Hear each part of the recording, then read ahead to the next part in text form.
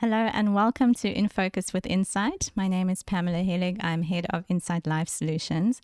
And today we have an episode of the Open Books series in which we get to know fascinating and inspiring people in the actuarial and insurance community through the books that they have read and loved. Today I'm joined by Darren Behrendt. Darren is currently the CEO of Investec Life, and he also heads up My Investments, which is Investec's high-income client investment proposition.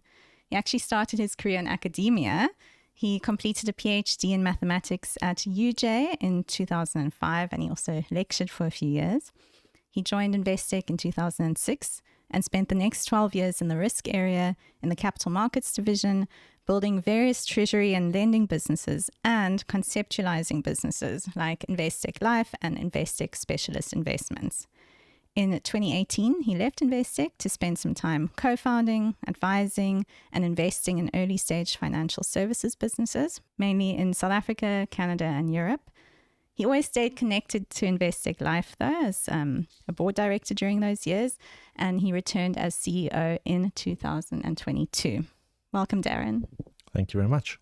So I'm so excited to be with you today because I've always been a huge fan of the Investec brand, and we at Insight are huge fans of the Investec Life team.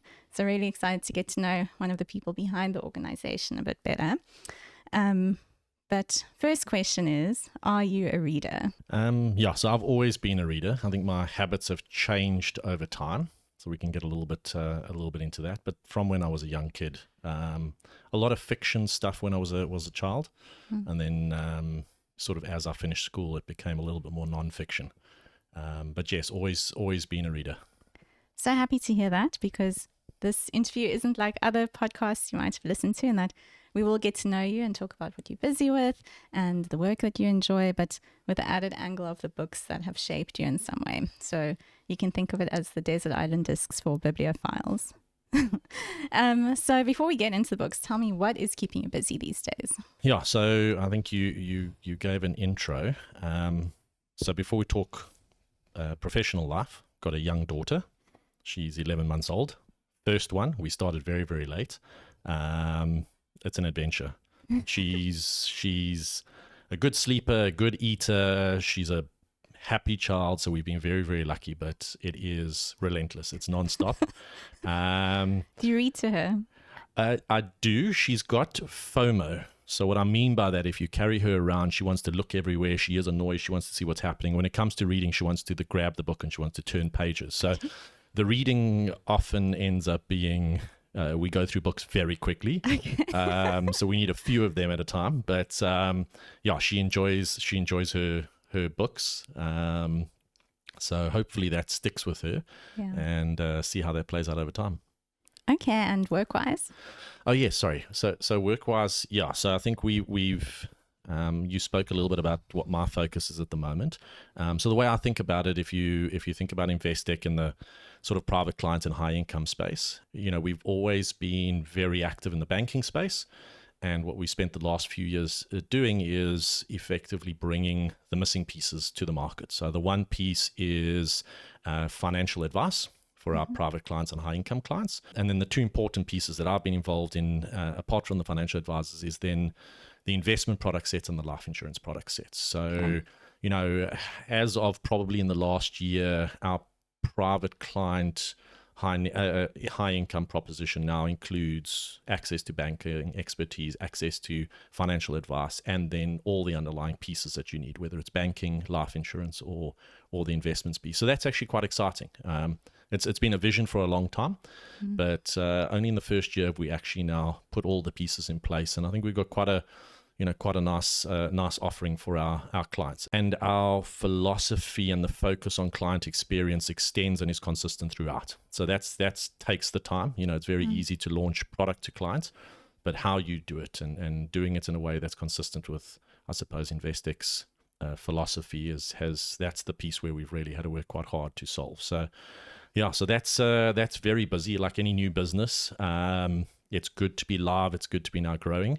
But it keeps you busy. And you've obviously been involved in Investec for a long time. How does, I guess, servicing your banking clients and ensuring Investec's culture on the banking investment side differ from an insurance business? Yeah, so that's actually quite interesting. So we'll talk a bit about it a bit later. One of my books has got a quote that alludes to this. So, I mean, the first thing to caveat is, and I don't know if this is a good or bad thing, but I don't have an insurance background. My first exposure to insurance has been in the context of Investec. So we started building out a business plan for the business in 2015, and we went live in 2017. So we're a relatively new business, and everything I've learned from, through Investec Life. When we started the business, I think it was quite interesting for us. I think when we looked at the market, we looked at how things worked in the market, there were certain dynamics that we thought, we could do differently.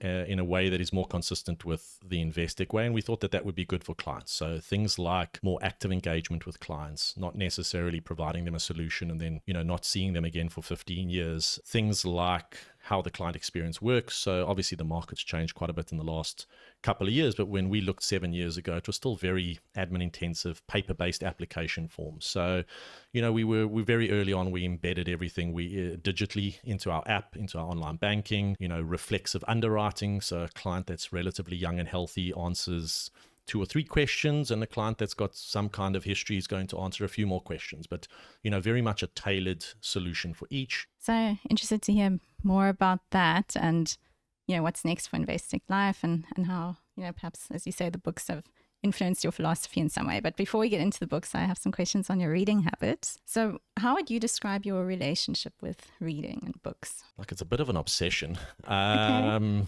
No, I love books. I mean, again, if you ask my wife, maybe even my daughter, I think they would say that I spend too much time wanting to read. These days, I spend less time reading. We'll talk a bit about that. I mean, most of my reading is limited to evenings before bedtime, so I don't get through a lot. So the volume has become a lot less. But no, I love reading. I go through stages where some would say that I enjoy buying books more than actually reading the books, because I end up with a pile of 20 books. And I've tried to be a little bit more disciplined in the last few years and actually read the books that I've got. Your bookshelf starts getting quite full, and it's not a good thing if you've got a lot of books you've never read.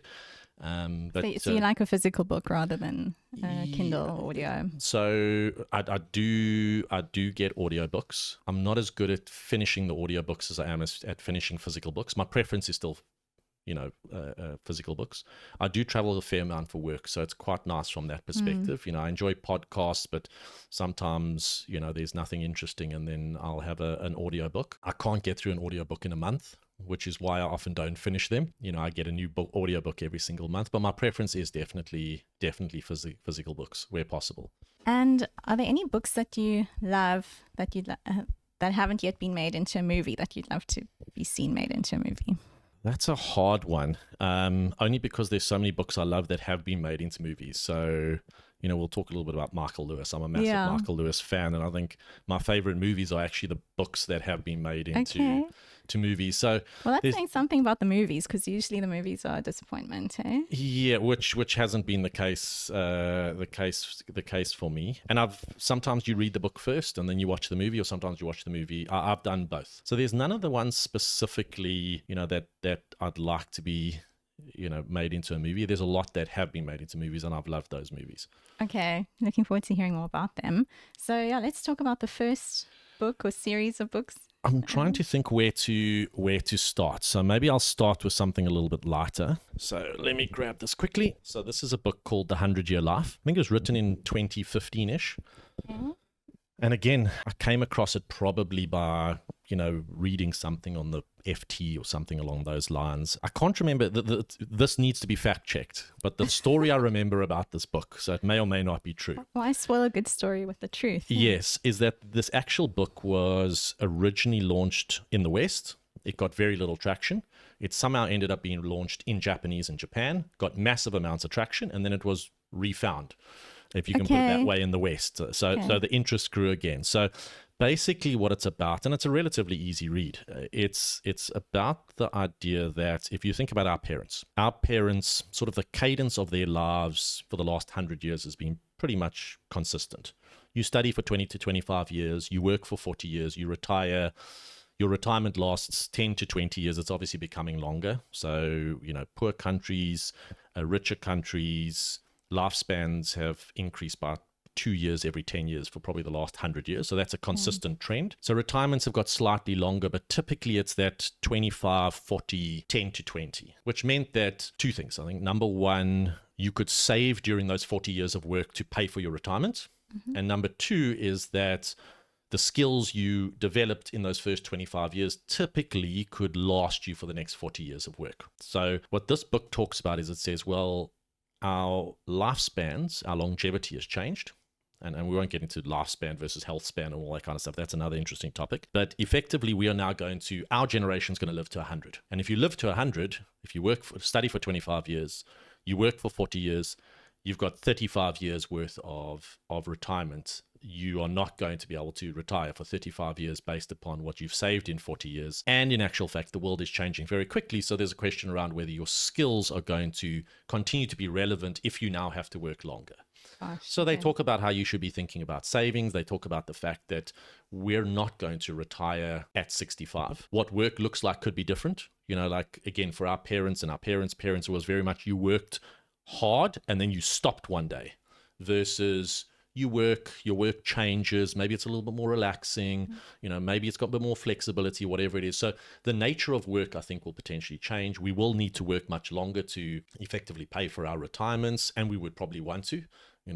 Most people think, living on a yacht for 35 years is fun, but I'm not sure if that's really true. And so it's really about how that's going to change, and then how we're going to have to reskill ourselves on a periodic basis. So they talk in the book about, every couple of years you're going to have to go through a period of exploration, and that may result in you learning new skills. It may result in you, materially changing your career. So I found this really fascinating. Like, I find this whole idea of lifespan, health span quite interesting, and it's a very practical, easy to read book. So, and the ideas, like I said, I mean, they're relatively simple, but it was actually quite interesting, just to think about the material impacts they're going to have on how our lives will evolve compared to the last few generations.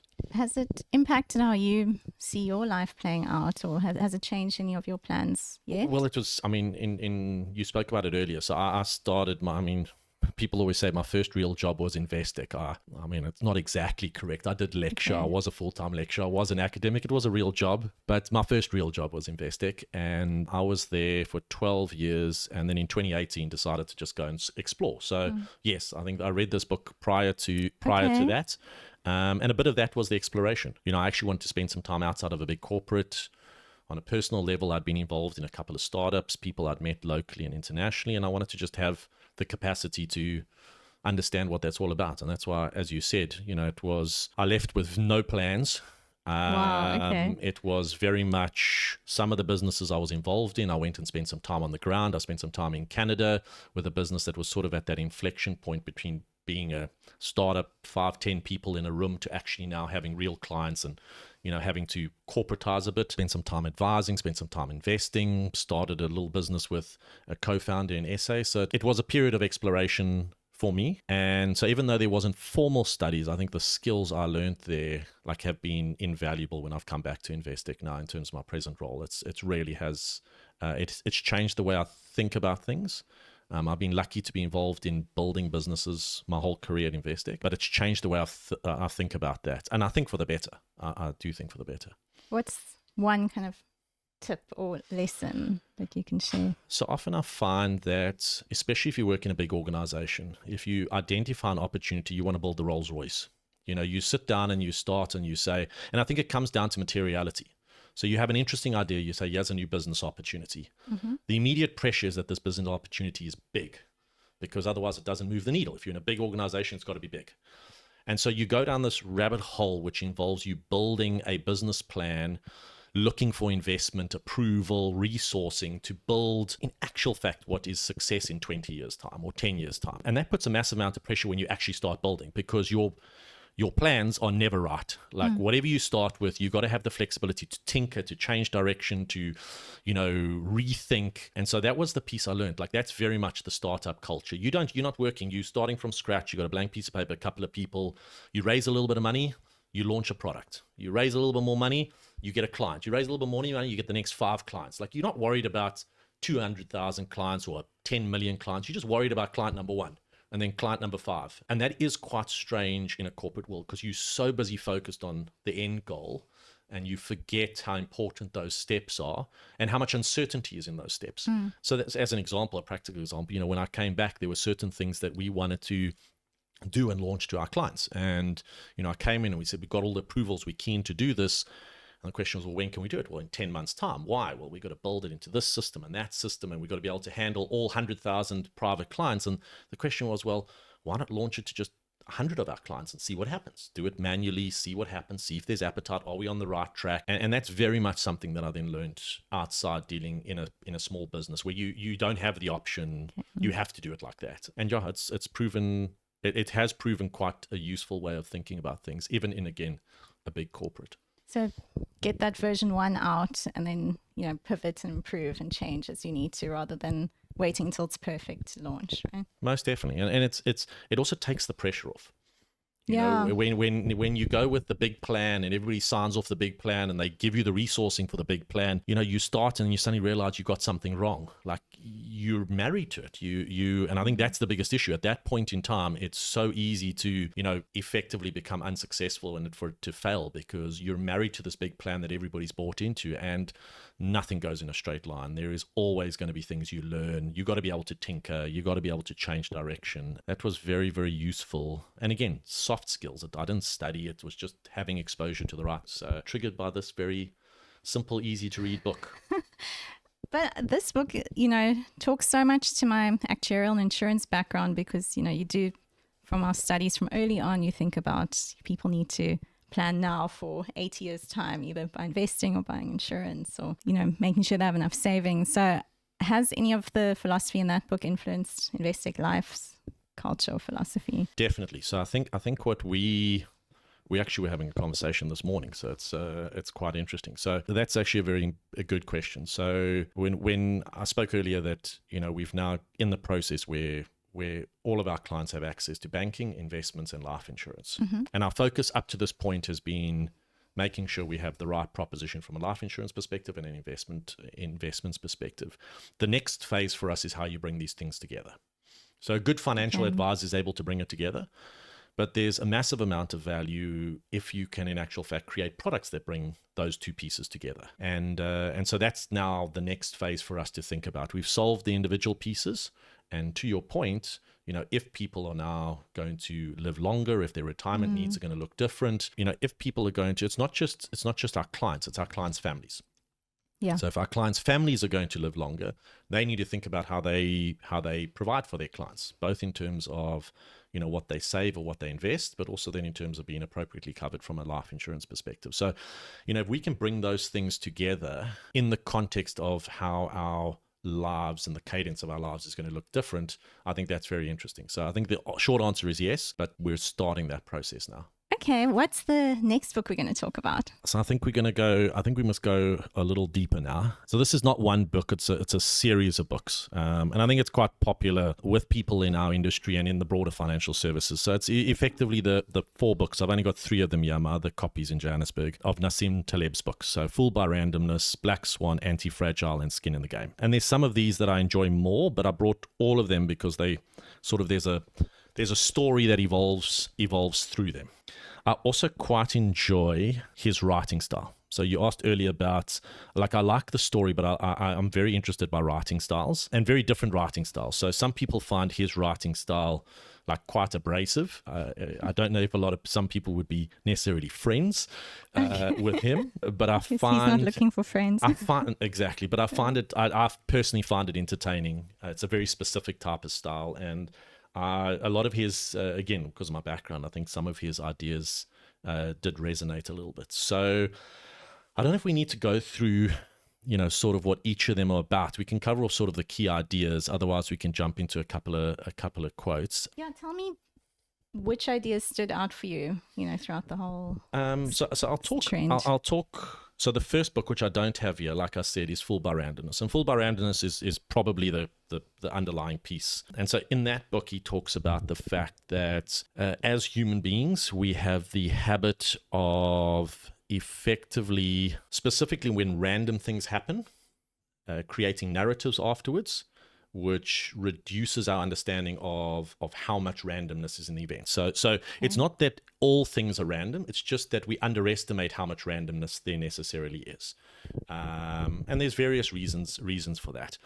My learnings from that has been, and I think also, part of my career has been involved in investments, both managing portfolios and selecting appropriate investments for clients, etc. But for me, it's this piece around there is so much uncertainty in our world, and there is a certain element we can control, and there's a certain element we can't control.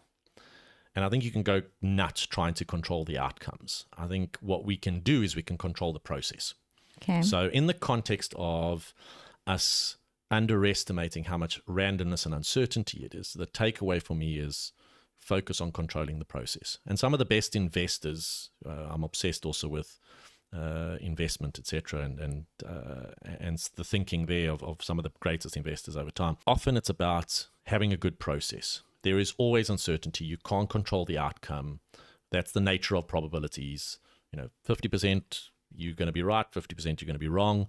That's not the important thing. Is that, was your process good in getting to the actions that you took? And in our world, it's the law of large numbers. If you've got a good process, the law of large numbers comes into play, and over time you will get the outcome that you expect. But the process is so important. So that's been the big learning for me from that. And hopefully allows you to sleep better at night when you realize that you can't control the outcome. You can position yourself as best as possible, but you can't control the outcome often. What would the process be? Would it be, investment mandates and rules and what you invest in? I mean, often it's around, and it's around discipline. It's around, and one of the other books which we'll talk about a little bit later from Michael Lewis is The Undoing Project, which I'll get to a little bit, which was maybe the birth of sort of behavioral finance, etc. But it is about having a disciplined process that avoids effectively systematic errors. So sticking to your process. Your process can only work over time if you apply a consistent process. If you keep changing the way you do things, or if you keep changing your process, obviously you can tinker and it can improve over time. But if you make material changes, then your outcome over time is definitely not going to be what you want and you expect. So for me, discipline, I think, is the important piece in terms of process. Do you have a favorite quote or, idea from this book that you'd like to Yeah, so I don't have a specific quote. So also out of the 4 books, I think probably the Black Swan and the Antifragile was the most interesting for me. Okay. So the idea in Antifragile, they talk about systems, let's call it for example's sake, that can be either fragile, so when they're exposed to some kind of shock, they fall apart. Mm-hmm. They can be robust, they're exposed to some kind of shock, they're stable. And then antifragile, which is, I think, Taleb creates this phrase, which is they actually get stronger.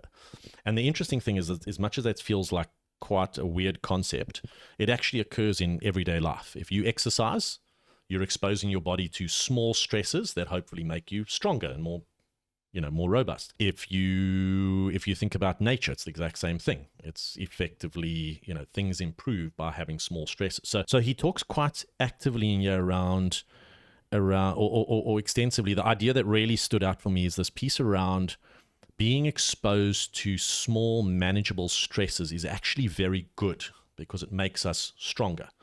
And often you find in many kind of environments, we try get rid of, especially in our world, you try get rid of all of the stresses. We don't want to make mistakes, whether they're big or small. And in actual fact, it's only by making small mistakes that you avoid the big mistakes. Okay. And we want to get rid of any kind of volatility. But all you do is you just create more unstable situations and environments, or whether it's for clients' portfolios or whatever it may be. So it's this idea of having some kind of volatility, having some kind of being exposed to some kind of small stresses, in actual fact, really positive, because that's actually how you evolve. You get better, you get stronger, you improve it, stretch it. It's a very common, well-known idea. It's just the way he positioned it, actually quite in. Do you reread books as a rule? I do. So, and maybe that's also an idea from Nassim Taleb. So in the last book, Skin in the Game, he talks about this idea of, as an example, so he talks about books, and he talks about brand new books that have just come out. They haven't been battle tested yet. Like, people haven't read them, haven't determined if they're good, if they're not good. So if you've got a limited amount of time, should you be reading books that are 70 years old and are still effectively well regarded because they've been battle tested, or ones that are brand new? And that was quite interesting for me because I was very much the kind of person that walked into exclusive books, looked at the brand new book stand, and picked what's interesting from there. And so maybe a bit of that is what's recently skewed me to, especially even on the fiction side, reading the kind of books that have been around for the last 70, 100 years and are still well regarded. So from a book's perspective, that's just an interesting idea that just fortuitously came from one of these. With books, I guess in a similar vein, are you someone who will go to the same restaurant because it's good rather than risk going to a new restaurant that won't be good?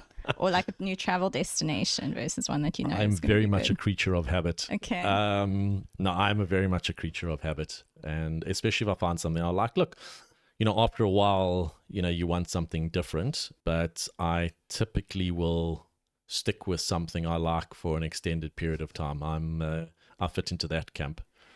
Well, I guess, a few years ago, I heard, it's so obvious, but you only have so many years of life and there are only so many books you can read. So, and that applies to everything, So I guess it kind of fits into the idea of making sure that the things you do spend your time on are going to give you the best value.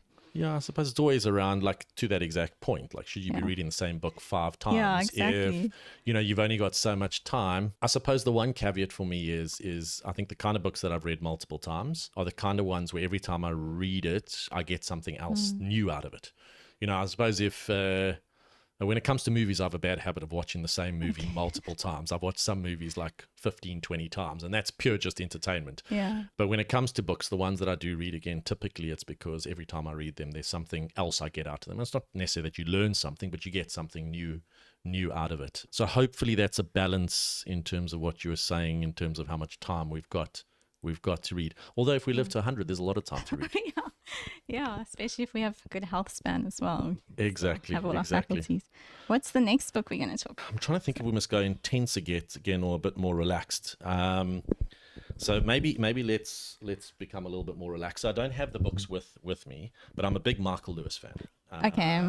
And particularly Big Short, which was made into a movie. And for many people, it was a great movie. The Undoing Project was not made into a movie. So The Undoing Project, for people that haven't read that, I actually quite enjoyed it. And there's a bit of backstory there. So when I finished my maths PhD at University of Johannesburg, and I was looking at moving into financial service, I knew nothing. And the advice I got was, you need some kind of exposure to the financial world. Go study something, whether it's study accounting or whatever it is. And what I landed on was University of Johannesburg had a brand new course mimicked on the CFA called a Masters of Financial Economics. And in that course, they had one of the modules was about behavioral finance. So it was the first time I got exposed to it, and I was hooked. I thought it was fantastic. So The Undoing Project by Michael Lewis is about 2 Israeli academic scientists, Amos Tversky, Daniel Kahneman, who, in many regards were, effectively put some of the foundation in place when it comes to behavioral finance. So I really enjoy Michael Lewis, his writing style. He often writes about stuff that has to do with our world, let's call it financial markets, but on the edges. So it's sort of those stories that are important but on the edge. And he writes quite extensively about specific characters, and often the oddball characters, which I quite enjoy as well. So Undoing Project, I listened to that audiobook. I really enjoyed that. Big Short many times. And then Moneyball is one of my favorites, also as a movie. What's Moneyball about? So Moneyball, interesting enough, is... So there's one consistency as well. In all of Michael Lewis's movies, there's typically Brad Pitt. Because he's in Big Short and he's in Moneyball. So Moneyball's about baseball, but it's about statistics. Okay. So I'm guessing that it was in the early 2000s, etc. I mean, so the story is that there was a non-baseball, non-mathematics guy called Bill James, in the 70s, and he wrote a book about baseball based upon statistics.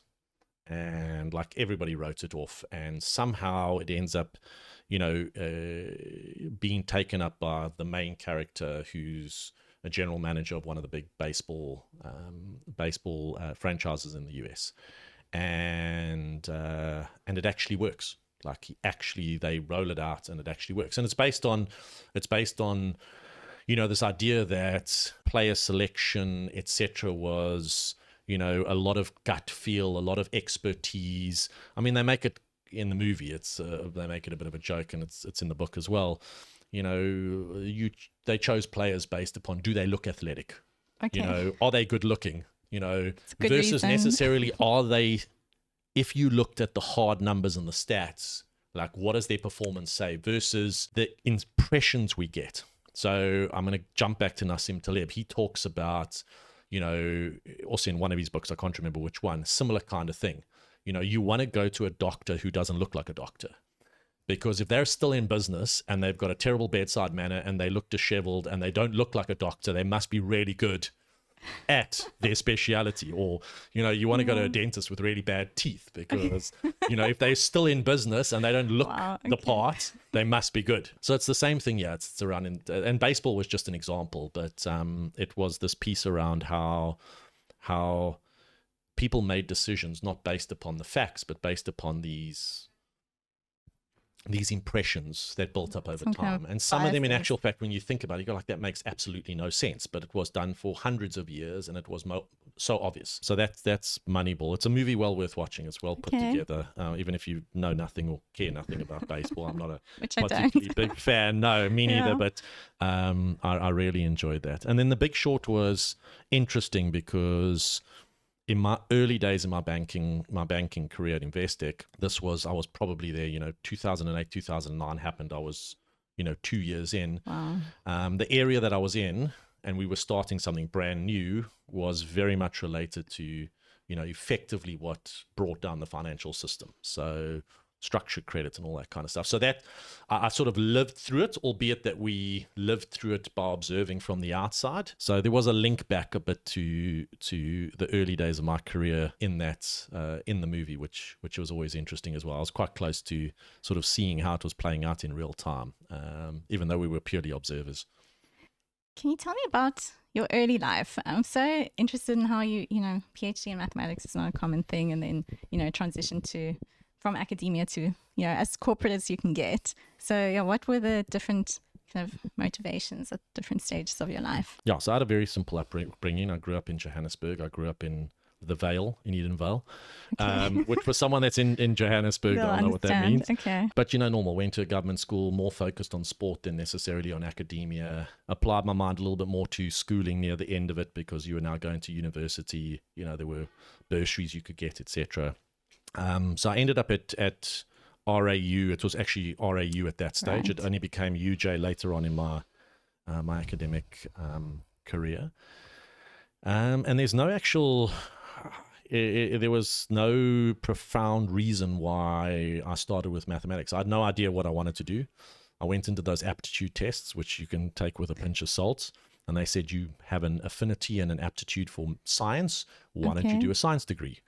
So I picked whatever was the most general. I did maths, applied maths, and I did physics. And I actually didn't know that I was going to continue with mathematics. I got to my third year physics lecturer didn't see necessarily eye to eye. And so after a couple of months, I decided to stop with the physics. And so I was left with maths and applied maths. I had a bit of a midlife crisis, went and chatted to the head of the maths department. And she said, well, you've got some extra time. Why don't you go? They need what she thought was a tutor at a school in Johannesburg called Roosevelt High School, just down the road from RAU. It turned out they wanted a full-time maths teacher. So my third year, I actually went and taught maths to, in those days, standard 6s, 8s, and matrics. Okay. I had to try and make myself look a little older than I was at 19. But I taught maths, and I loved the teaching piece. So what came out of that purely by chance ending up there was I actually loved the teaching piece. So the content was interesting, but the actual teaching was stuff that I really enjoyed. And somewhere in my mind, I got the idea that I wanted to get a PhD, not for any particular reason. It just seemed like that was the path. Okay. And I studied honors. And then after honors, I actually then became a full-time maths lecturer in the maths department while I finished my master's and my PhD. And I loved the lecturing, which is very strange for academics. Most academics, they do the lecturing because they get paid to do that, but they actually want to, sit in the office and do whatever it is that they're doing from a content. Which means that they're not the best teachers. Not necessarily. They're not the most enthusiastic teachers. And I did pure math. So also I just must clarify, it's not, I didn't do statistics. I did, the stuff that becomes quite abstract quite quickly. No numbers involved. No numbers at all. I mean, people ask me what my PhD is on, and it's like I had to go look it up. But the interesting thing in retrospect is I got very little content out of my 7 or 8 years of studies from a maths perspective, but the skills you develop in basically having to think in a very systematic, logical way, understand what are the facts you can work with, what do you want to get to, how do you get there, like those skills were invaluable. When I was actually at Roosevelt High, the head of our maths department was, we're going to go on a tangent here, there was a show back in the 90s called Noot for Noot. Okay. Oh my gosh. Do you have a connection? There you go. So Noot for Noot, and the presenter was Johan Stemmert. Johan Stemmert's wife was the head of our maths department at Roosevelt High. Oh my word. And she had this, which I've remembered to this day, this fantastic analogy. She used to say every time someone in one of the maths classes says to her, "Why am I learning about quadratic equations? How is this going to help me in life?" She says, "Look at the rugby players over there. They're doing push-ups. Tell me where in the rugby match they're going to do a push-up." They're conditioning themselves, and like that just stuck with me. And it's like it's not intentional, but if I actually think about what was my academic career about, it was that I learned skills. I got some kind of conditioning, which I think has been useful. Content-wise, no idea. I can't remember what I did. I love that analogy. It's fantastic. It's stuck with me, and everybody. And again, I must give credit to Flo Stemmert. So, did you ever get to meet Johan? Most importantly, no, I didn't.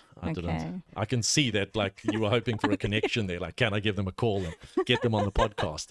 And then somewhere in that process, I said, okay, I have an academic career, which is going to involve me teaching. Loved it, but there's expectations to sit in your office and come up with new research. And there was a realization that when I finished my PhD, there were probably 3 people in the world that understood my PhD, and that's because those are the only 3 that cared, not because there was only 3 that could. And so the other alternative at that stage, I mean, this was like this was early 2000s. There was a big, for people that had some kind of analytical background, there was a big drive in terms of financial institutions saying, hold on, there could be opportunities. And, that was the case with actuaries. That was obvious because you're trained to go into there. But, people with a maths background or a physics background, that was sort of the time where there was opportunity. So I ended up getting an opportunity at Investec from Stephen. He fascinating character. It was one of the privileges of my career to work with him over the years. But I did realize, and the advice I got is that there's a bit of a gap.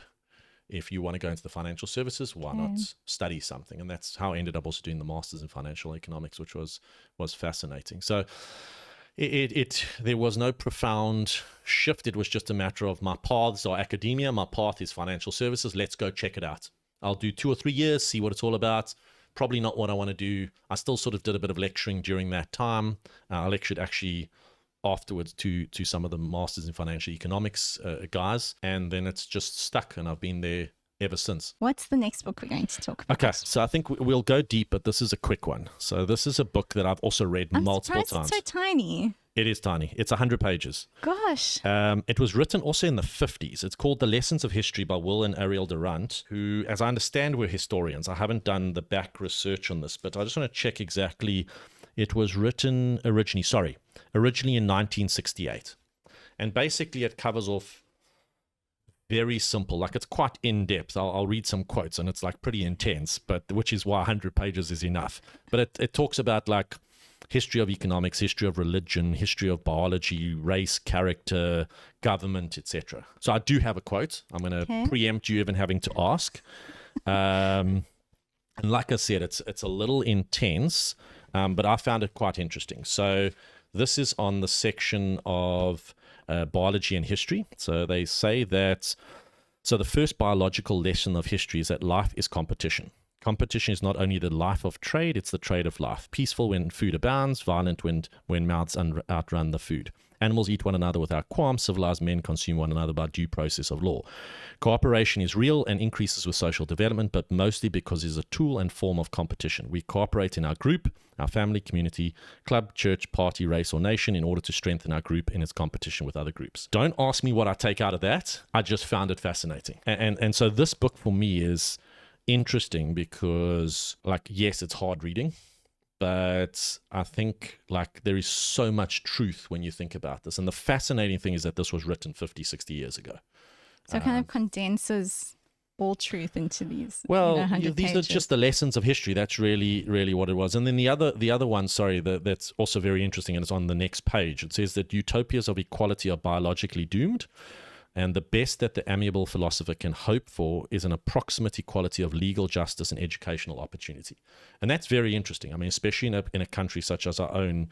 Well, it's not even a South African thing. It's globally, equality is everywhere. And I think, you know, we really battle with how do you manage that. And what was fascinating here is that saying that, like, as a minimum, you got to have equality from a legal justice perspective and an educational perspective. There are so many other things that, you know, equality just won't, especially in a capitalist growth type, you know, societies we live in. It's so hard to achieve, but you've got to get those two right. And I'm a big believer that education is, especially in the context of South Africa, is so important. So equal opportunity, not necessarily equal outcome, right? Most definitely. So anyway, so this is I'm never going to do it justice. This is well worth reading. There's a lot of, and it did win the Pulitzer Prize at some point in time, but it's only 100 pages. But it's also one that I'll open up at a random chapter. It's like each chapter's 5 pages. What would you say is your the period of history that you find most fascinating?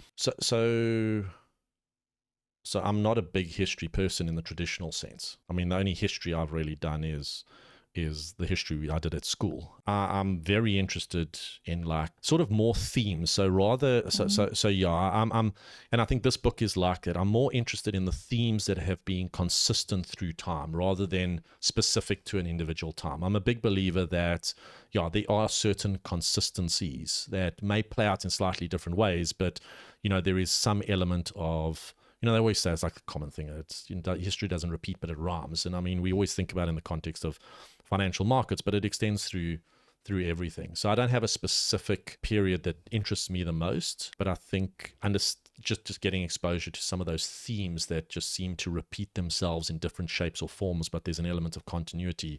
That for me is fascinating, and that's really what this book is all about.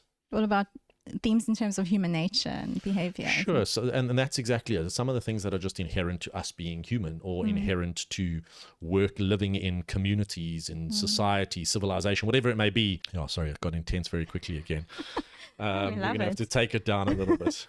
All right. What's the next book? Okay. So this is also, again, more of an author. So I brought one of his specific books. It's Bill Bryson.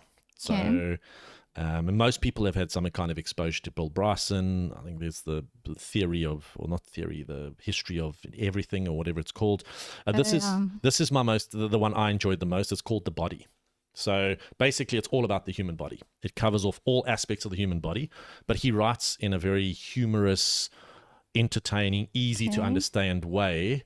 But you still learn. So I'm not a expert on, you know, anything medical related necessarily. So this has been very interesting. But I do have a quote, and the quote is literally like on the 4th page. So interesting enough, so he starts the book by talking about, he just talks a little bit about some of the projects that have ran over the last whatever number of years, where people have looked, where scientists have looked at the elements that make up the human body.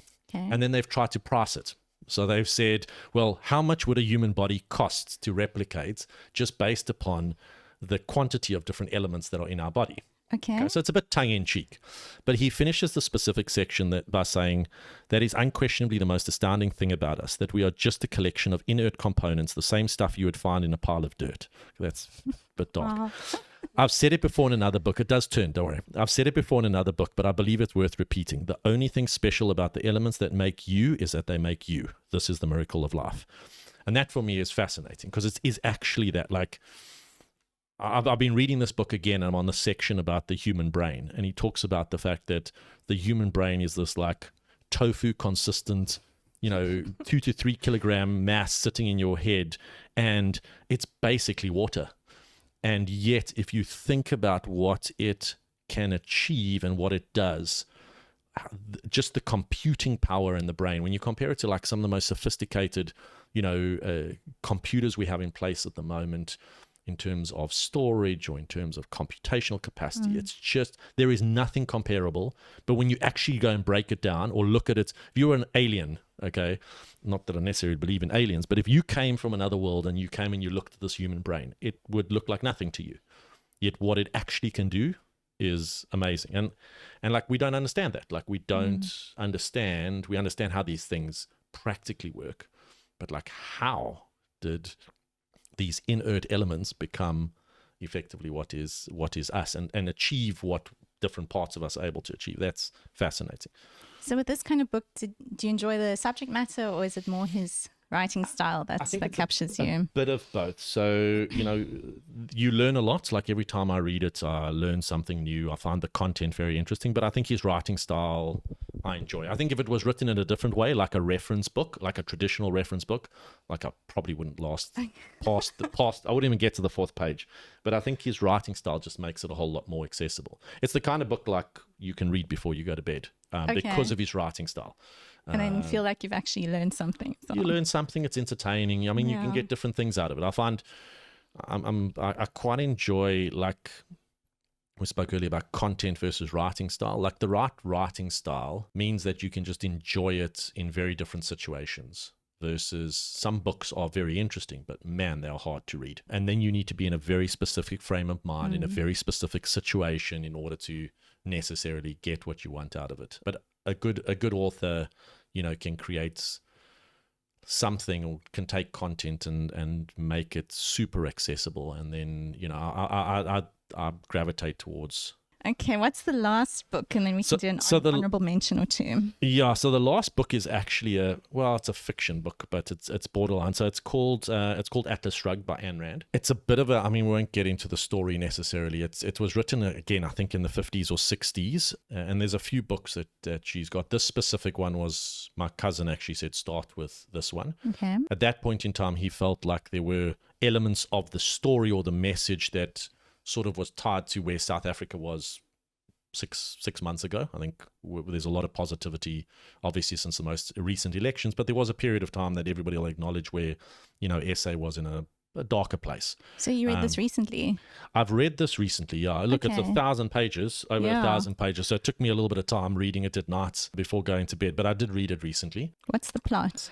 So, I mean, I won't get into the characters specifically. The underlying message is, so it's set in the US. I'm not too sure even when, but, some of it's quite futuristic, but most of it is still in the days of like railroads and all that kind of stuff. So the main character is a lady who's the COO of one of the oldest railroad companies. And basically the story is that where they find themselves in the US at this point in time is that you've got and again, I'm out of my depth of expertise here, but you've got a government that has got very strong sort of socialist, in not a positive way, a negative socialist type tendencies, enormous amount of, like, very extractive, let's put it that way. So they take a lot, and the country's actually being kept afloat by a very small group of what they call producers. So let's call it innovators. In this case, it's business people. So they, Ayn Rand was very big around the importance of business and business people, but let's call it innovators, etc.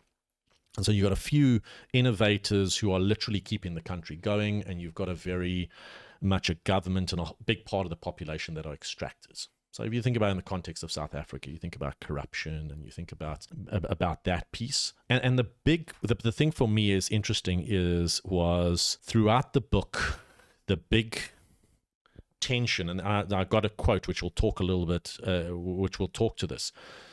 The big debate is around some of the producers have a view that they must continue to push, they must continue to invent, they must continue to innovate, they must continue to work really hard, because that's actually how you stand up to effectively the takers.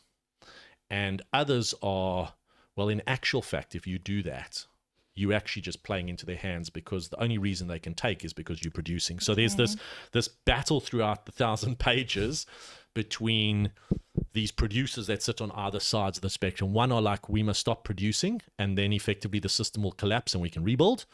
And the others are, we must keep producing, pushing, because ethically that's the right thing to do. And so that for me was it was an interesting book. Again, the writing style, 1,000 pages, the writing style has to be good. And because it was written 50, 60 years ago, I think there's also nuances that I find quite interesting. So I do have a quote, and the quote in actual fact is, it feels like the obvious quote, but it's not. And it's actually where the name of the book came from. So two of the main characters, who are both producers, the one guy's called Francisco and the other guy's called Hank Reardon, and they're talking and they're having this debate. And basically Francisco says, Mr. Reardon, his voice solemnly calm, if you saw Atlas, the giant who holds the world on his shoulders, if you saw that he stood, blood running down his chest, his knees buckling, his arms trembling, but still trying to hold the world aloft with the last of his strength, and the greater his effort, the heavier the world bore down upon his shoulders, what would you tell him to do? And Hank Reardon says, I don't know. What could he do? What would you tell him? And he says, to shrug.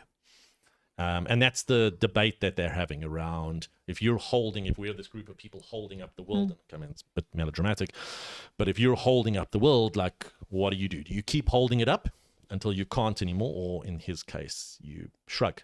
So that for me, I thought was I quite liked that quote. I mean, it's how many pages in, because you don't know why the book is called Atlas Shrugged until page 455. So I'm guessing the outcome is that they did stop producing.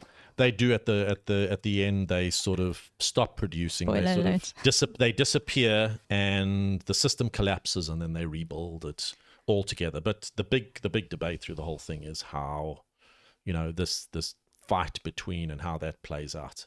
Okay, and I see we have one interesting looking book there, which deserves mention. I will grab this over here. So this is not a reading book. So this is called James Hoffman's the World Atlas of Coffee, and he's actually British. So I don't think it's Hoffman, but anyway, James Hoffman. So I mean, a lot of people would have probably seen his stuff. So he's a coffee guy. He's like all over social media. He has YouTube videos, etc. He was one of the world barista champs like 10, 15 years ago. I really enjoy my coffee. I only started, strangely enough, when I was lecturing. So the first time I ever had coffee, I was like 22 or 23 years old. And embarrassing to say, especially because I now live in Cape Town, is that it actually was one of those like cappuccinos that comes in a sachet. Where you mix. I don't judge. Okay, where you mix, it's basically instant coffee plus like synthetic froth, and I thought that was amazing for ages. So again, I don't know if it was when I moved to Cape Town 12, 13 years ago that I became a bit of a coffee snob. The guys in Johannesburg always joke when they come here and say, like, where do we get a good bean? That's what you ask a Cape Townian. So what would your answer be to that question? Interesting enough, since I started watching a lot of his stuff and reading his books, I actually quite enjoy making my coffee at home. Okay. And I found I was drinking an enormous amount of coffee with milk, because in South Africa, like, fancy coffee comes with milk. It's a flat white or cortado or something along those lines. But I'm really enjoying just making coffee like old school through a filter and drinking without milk. So that's now like my highlight in the morning is I've got a little Chemex and I make my coffee and I grind my beans and I try things out. So the nice thing is that like he's very much about, when it comes to coffee, is just trying new things, like tinkering around, like your little like science lab, and you get to enjoy a good coffee at the end of it. So yeah, I don't know if that makes me a coffee snob or just a coffee experimenter, but I brought this with because I thought it was quite fun. Pictures in? It's got, so he covers off everything from like, oh wow, how does processing work, and what are the different brewing basics, from espressos to, the kind of things that you can get at home, where the different growing regions, etc. So I haven't read it cover to cover. I've read bits and pieces. Yeah. He's also got another one which is about specifically brewing at home. So this is more of a reference book for me, but it's like a little bit of a science experiment. It's such a nice hobby. I don't drink. I wish I liked coffee. I don't, because I think it's such a nice culture, and smells so good, and there's this whole, aura or ritual around it, which is so nice. And lots of like-minded people as well. So it's, a connection to other people. Agreed. And we've got such great coffee in Cape Town. We're spoiled here. So especially in this, in this specific in the specific area, yeah. So that I thought I'd bring with for fun. It wasn't. I don't have a quote, but that's fine. Okay, so the books we spoke about, and remind me if I've left any out, were Atlas Shrugged by Ayn Rand, Fooled by Randomness, and the whole series by Nassim Taleb. The Lessons of History by Will and Ariel Durant, The Body by Bill Bryson, Michael Lewis's books, The Big Short, The Undoing Project, Moneyball, The 100-Year Life by Linda Grattan and Andrew Scott, I believe, and then correct. The World Atlas of Coffee, which was a last-minute edition by James Hoffman. Still made it in. So if I had to be very cruel and send you to a desert island with only one of these books, which one would it be? I think it would be one of two. It would either be The Lessons of History, although that is quite intense, or it would be one of the Nassim Taleb books. Like I said, I've read those multiple times, and every time I find something new to learn or to think about. So it would definitely be one of those. I really enjoy the ideas in the others, but some of the others I wouldn't necessarily read more than once. Okay, and I guess in that case you'd have to be happy with something you could read, or you'd have to choose something that you could read multiple times. Although again, if we're going to an island, I should probably pick the biggest one. I can make a fire out of it, but I don't know if that was the point. And what are you currently reading? So I'm actually reading the Body again by Bill Bryson. Okay. I'm trying to stick to one at a time because I've got less time these days for reading. I'm trying to do one at a time. I did also go through a period where I'd have like 4 books next to my bed and I would be in various stages of reading them. Yeah. But I've tried to focus a little bit. So I'm reading The Body by Bill Bryson again. Okay. I feel like that's also, either you're someone who reads multiple books at a time or you read one book at a time.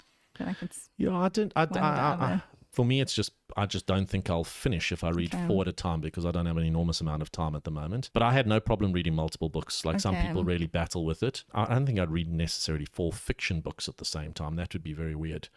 But nonfiction, I think, nonfiction, I think is much easier. So I would. I'm trying to stick to one just so that I actually get through it in some reasonable period of time. And perhaps last question combined. Firstly, what is next for Investec Life? And then where can people get hold of you if they want to reach out or follow what you're up to? Oh, shucks. Okay. So the second one is easy. You can't. Okay. I'm not very good. I occasionally consume social media. I'm not very active as a producer on social media. So unfortunately... We can follow Investec's. I'm a bit under the radar, media. But if you follow Investec, we in the context of now having the full proposition, for our private clients and our high income clients, we're trying to produce a lot of content, that's hopefully positive and useful to them. So I'll be behind some of that. And then for Investec Life, we spent the last 7 years really focusing on the Investec private clients and the high income clients in our private bank. What we do understand is that there are clients that may not bank with Investec, that are still, private clients in nature that we think that we've got some really interesting solutions for and that we've got a very interesting proposition for. So we're spending some time now, going outside of just necessarily our private banking base with various partners. So some of those clients would be clients of other parts of Investec. They may be business owners or entrepreneurs that deal with us from a business banking perspective. It could be clients in our wealth management business that don't necessarily work with our bank. So that's the big focus for us at the moment on the risk side. We also have a really nice investments business that's a little bit more niche and it's growing nicely. I think we're solving some interesting problems for clients, and we spoke earlier about how you bring the risk and the investments piece together. So that's hopefully on our radar as well for the next little while. Yeah, and looking forward to following that and hopefully being part of that. I have a gift for you to say thank you for being on the podcast, and it's naturally a book, and I feel like it has to be something I've read and enjoyed, even though it may not be for you. So this is actually the last book I read. I finished it, I think, last week. It's called Trust by Hernan Diaz. Won the Booker Prize in 2022. And why I think you may enjoy it, even though you're not, It won the Pulitzer Prize as well in 23. Oh, well, there you go. Gee. Maybe it was a Booker Prize shortlist. No, but both. Okay. So what's nice about it is that it's structured in a very interesting way, in that there's, a novel within a novel, and then, different points of view about what actually happened. But it's about a financier from, the early 1900s in New York, and goes into quite a bit of detail about how he made his money with, derivatives and then market crash and all that. So hopefully, hopefully you'll get around to it. I haven't seen this before, but I mean, if it's Pulitzer Prize and Booker Prize, and if it comes with a good recommendation, then I'm interested. Thanks, Darren. It's been such a pleasure. Perfect.